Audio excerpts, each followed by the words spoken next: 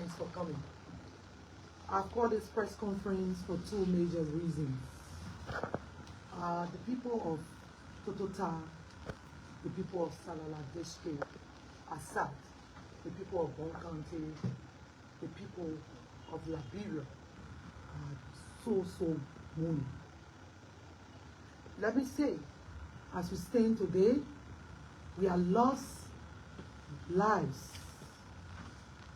About 80 persons have died in a tanker explosion and also to the Liberia hospital. So we are so sad and regret the incident. So I've come to express my disappointment and dissatisfaction in my colleague, Yekeh Kolubah, taking our situation to be business as usual and making comments that will bring the people sadness for him to gain his friend as he had done as usual.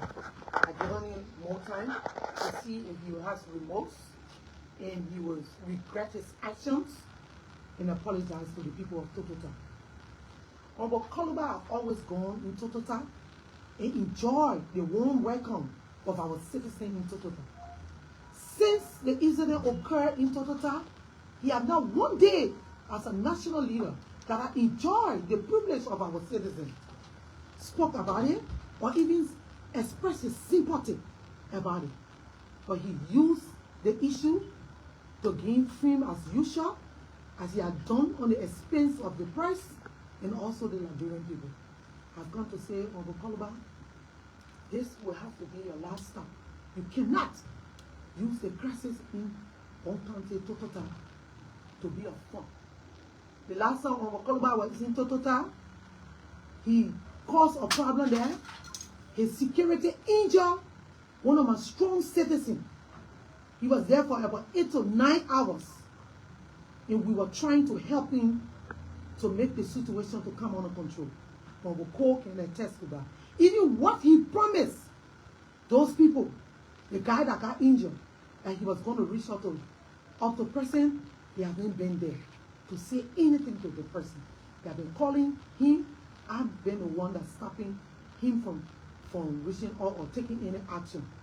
I will say to Honorable Kolubah, I'm disappointed in him that he was used to Totota crisis as his mere usual attention seeker that he does in the past.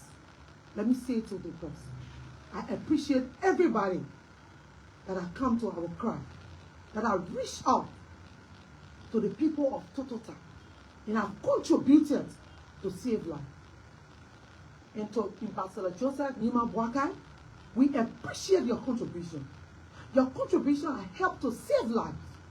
Not only sending a contribution, but going in Totota in person, and for the first time, the first person to lay a wreath on a mass grave. We appreciate him for that. It tells us that the people of Salala or the people of Totota did not make a mistake. Because Totota was one of the areas Ambassador Boakai visited lastly before the end of the campaign. So his actions show to us and prove to us that we are not just there to vote for him, but when we cry, he will care and concern about the crowd of the people of Boakai and Totota. Ambassador Honorable Kolubah talked about the code of conduct. The code of conduct does not only talk about public official spending. And in fact, if it says so, Ambassador Boakai is a president-elect, he has not been inducted in office. But Honorable Kolubah, that is a sitting lawmaker, the code of conduct also talks about our behavior, the language we utter from our mouths. They kind of deal with cross and feel pleased and proud about. They also speak about it. Honorable Kolubah, are you decent in your approach as a lawmaker and a public official? Even your appearance is not in line with the code of conduct.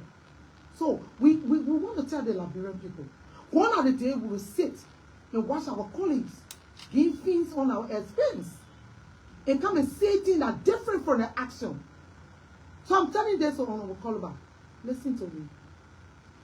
If you don't go back to apologize to the people of Totota, Honorable Kolubah, the guy, your security wound, will take action on you, and the Liberian people will know some of your deeds that is beyond the closet.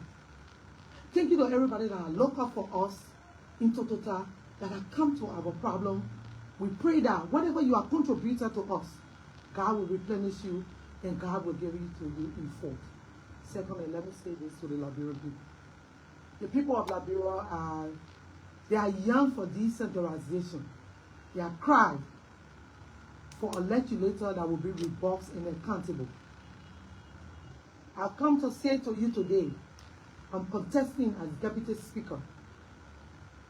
And I'm contesting for two reasons. We are seeing a decentralization that is taking place right now. The president comes from Lofa County, the vice president comes from Nima County. The two candidates that are contesting for speaker come from the southeast.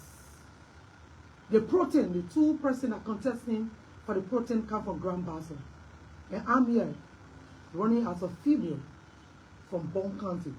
We believe this will please the Liberian people to see a decentralized government. I have few contenders that have come from Nima County, another one coming from Lofa County, and I think this will not be the quest of the Liberian people. So I've come counting on my colleagues that they will do the needful, that the Liberian people will be satisfied and pleased, that this government will be decentralized and everyone will have their take in it. I've come running on 3 pillars. The interest of the Liberian people. The Liberian people are always wish to see a robust and responsible legislator. And we have come to bring that on the table. That we will be accountable, will be transparent, will be very open, and will be accessible in doing our constitutional duties. That will please the Liberian people. And we will look out for our colleagues. Second, our colleague well-being will be important. That we will not have a mass turnover. That our colleagues will not come back. Because why? Our budgetary allotment will be divided equally. That our colleague will be able to work in a various districts. Colleague will report on the budget. Every caucuses will sit and report on the budget before even the Ways and Means come and report to us before we pass the budget. Because we know when we do that, it will reach out to everybody and Liberian people will be satisfied in doing our work. And lastly, let me say, we want to see a gender balance. We want to see a motherly role that's going to be played in the house. We want to see a house that the Liberian women will see themselves in it. And it will increase the representation of women in public service. So I've come to say to the Liberian people, there is no way I'm backing up, because many women depend on me to be part of them and to also make history as the first female deputy speaker that Liberian people will find themselves. So I'm calling on all of my colleagues to see this as not doing things as we did in the past, to see this and not seeing it as party level, because I've come as a deputy speaker calling on my colleagues that if we make this history, we will fix the country as ANC wanted to see. We will also bring forth the proper agenda that the CDC wanted to see. And we will join the team as elected officials to rescue the country as Unity Party want to see it.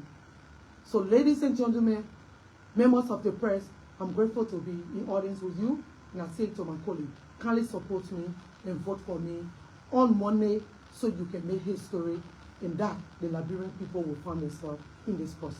Thank you. Thank you. So, with a few questions, we'll take about 5 questions. I will restrict that. So, I will begin it, then we'll take a spoon, and then we'll take a cool FN and women voices, and we'll close with you, Lawrence. So, Honorable Briggs, I want to get 2 concerns. I mean, I have seen you on the floor of the legislature in defense of Yekeh Kolubah. I mean, you have spoken for him many times. Even at one point in time, his communication was denied or being on the agenda. You were there, you defended him most of the time. But from what I'm hearing from you, you appear so bitter at him. What do we, envisage between you and him in the 55th? That's one aspect of the question. The second aspect is you are also contesting, you need votes. Yekeh is one of the voters. What can you say? Maybe you say, oh, they will want to me and not get my vote. The first thing is, in the 54, Yekeh Kolubah spoke on issues at times that was hindering our functions or impeding our functions. And I stood by him for those things. I was only on a committee that wanted to expel him, and I refused to sign and stood for him because I told him wise that he was my colleague, and many a times things he spoke about needed to be changed in the house. So my standing on people or standing with issues will always be based on the reality, not because you want to do political gain as usual. And coming to my contesting, I've come to play a motherly figure. And as a mother in the house, not because you want something from your child, so when they do the wrong thing, and you come and pamper them. I'm not going to pamper on Rokoba. I'm going to vote for me. Because he has seen truthfulness in me. He has seen me to be an open person and an accountable person. So coming to the vote, he will vote for me. But when it comes to the people of Boakai, the Liberian people and the people of Totota, especially that are crying every day, oh no, I don't care about vote again. It's about my people. Okay, we'll take Spoon FNTV. My name.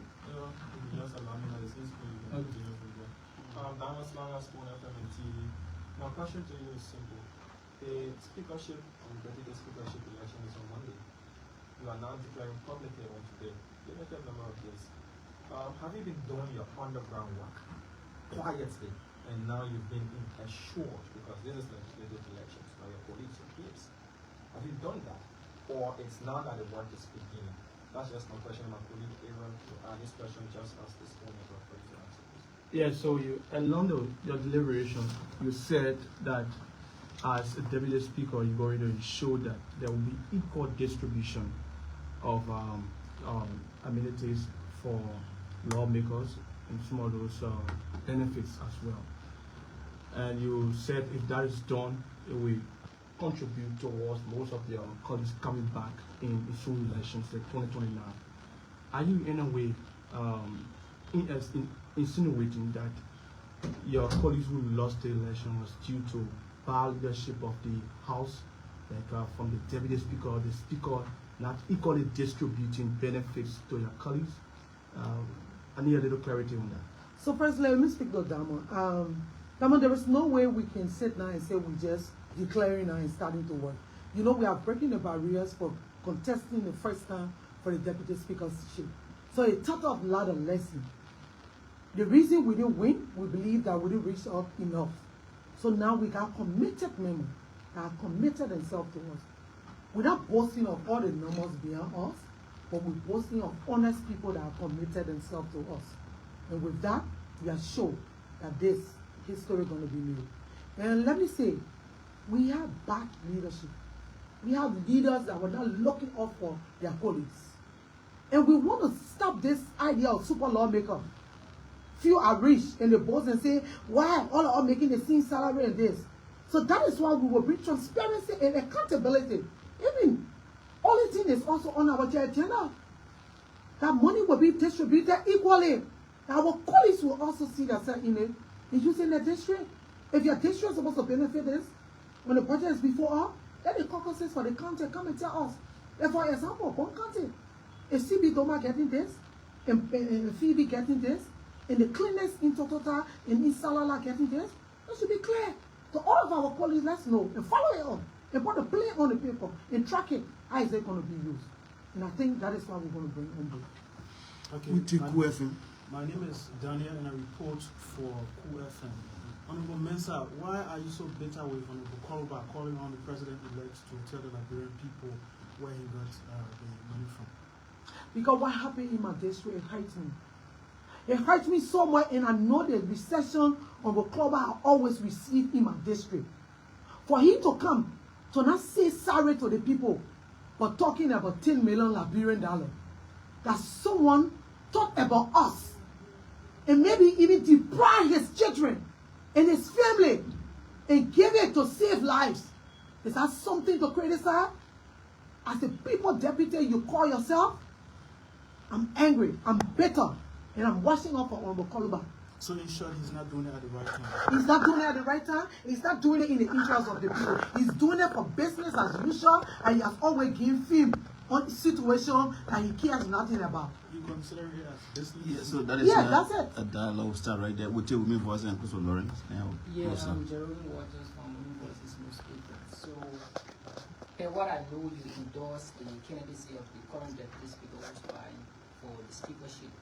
And so far, he has not endorsed a candidate for the deputy speakership. One thing I would say, I support the deputy speaker for Kofa to be the speaker because simple reason. 6 years ago, I sat in the chambers and I suffered with a leadership that came from the ruling party. And I don't want to see such a thing. I want to see an open government. I want to see a legislator that will be robust in doing our job, that nothing will hinder us. So he hasn't supported me or he has not said anything clear that he's supporting me. Take your microphone to him, but for me, I know about myself. I support him. I have a follow-up to that question, please. Just a follow-up, please.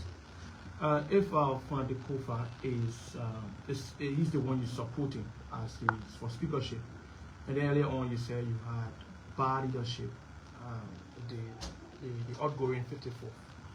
Why would you support someone who was part of a bad leadership as you distrap it? Fana Kofa, deputy speaker, just step away from the speaker. Because he's a deputy. He's not a sole decision maker. You talk about leadership. And now if he has the gavel, and with things that in the past we have done or seen, I know he can be a better speaker. The characterization of bad leadership does not fall in the It goes to the head, because you know about vice president and deputy speaker and speaker. They are not a sole decision maker. All right, so like I said, he don't put issues on the agenda. He don't precise on issues that are calendar that are sat in default with. all right, so that I said 5 questions. So let's close with Lauren and Dama. I mean, ask a question. Madam Moima Briggs-Mensah, I want to know about the Cameroon being that I really am not from country, I'm from Cape Town. And personally, this is the second interaction. The first one we met at the 16th day of activism sport complex. I want to know, contesting for that position, there's a saying that women support, or there's a saying that women should have to support another person. What is your relationship with other lawmakers here, female lawmakers, in order to ensure that your deputy speakership is being supported? What is it there? Oh, the women legislative caucus supporting me. The females are on board. They are all in line. They are supporting me because my agenda for the deputy speakership is crafted along with them to see how best we can have a visibility. all right, so Honorable Dama will close us up. Well, let me just ask this question, sorry, for the benefit of the public. I heard you talking, thanking the president-elect Joseph Boakai for visiting the site and even being the first to lay the flower on the mass grave. What's up with the president? Even though he had declared days of mourning, why has the president visited the place? Has he sent delegation? Prince, this is my disappointment in the president. First of all, the day this thing happened, I sent the file, I sent a video recording to the president. After 3 days, he sent me a line and said, sorry. And I told him, this is not enough, Mr. President. Our people need your help. You need to come in, my black president. If I were hearing presses on him, and up to present, he has not answered to me, and not said anything. I think the issue of the state of money is belated. You think so? We've been mourning. We're not mourning the problem, our lives we want to save now. And he needs to go there, not only to go and run campaign, but to also go back to the people of Totota, where he has stopped every time. But now we're crying. We needed to see our leaders that will stood for honor the sun, if they will come to us. But again, I say, maybe that's how you do it. We're watching out to see. I'm sure you will be like Liberia and Boakai and Totota again. Dama close That up. certifies the people there. He has not called you. On this procedure, no, he has not. Honorable Briggs-Mensah, that was long again, second time around. I was in Totota at the church when the president-elect visited. I did see some relationship in terms of your interactions with him, and I heard you hail him as well for his intervention. In the past, you've been a strong supporter of the outgoing vice president, the outgoing president, President Ria. How are you transitioning? And if my question should be direct, as it should be, are you going to be in support of a Boakai's presidency and its agenda when it gets to the House of Representatives, be it Deputy Speaker or not, Honorable Briggs-Mensah? Same way we saw you with unwavering support for President Villa and Vice President Joao Taylor. Thank you. So the first thing is, 2017, I supported Joseph Moima Boakai. And I was not only sitting on the fence. I was working hard early in the morning, and I was sitting with him in the office, and we were planning what we're going to do. So I brought supporters to him. 2023, he was about Bon County. He was about the women of Liberia. I have to support Jua because she comes from my district, she comes from my county, and even the lower part of the district, of the county. So I have to do that. I was supporting Joy Howard Taylor because she comes from Boakai and she's a female. And I was staying on issues in the past. At least she was not one vice president that just sat and accepted everything. She spoke on issues. You president had inclined with that, and she spoke on issues. So I can tell you, with the idea Joseph Boakai has come on the table, I've sat with him and I've spoken, saying he got elected. The plans for Liberia is great. So I was supporting him in the minus me being the deputy speaker. But for sure, I'm going to be the deputy speaker because his leadership look out for openness. The leadership want to see change. And these are some of the changes we're going to do by producing the first female deputy speaker. And if I call him daddy, we are the father and daughter. So there is no way I would not support his agenda. I will support his agenda and we work together to make Liberia better. Okay, colleagues of the press, thanks for coming for this very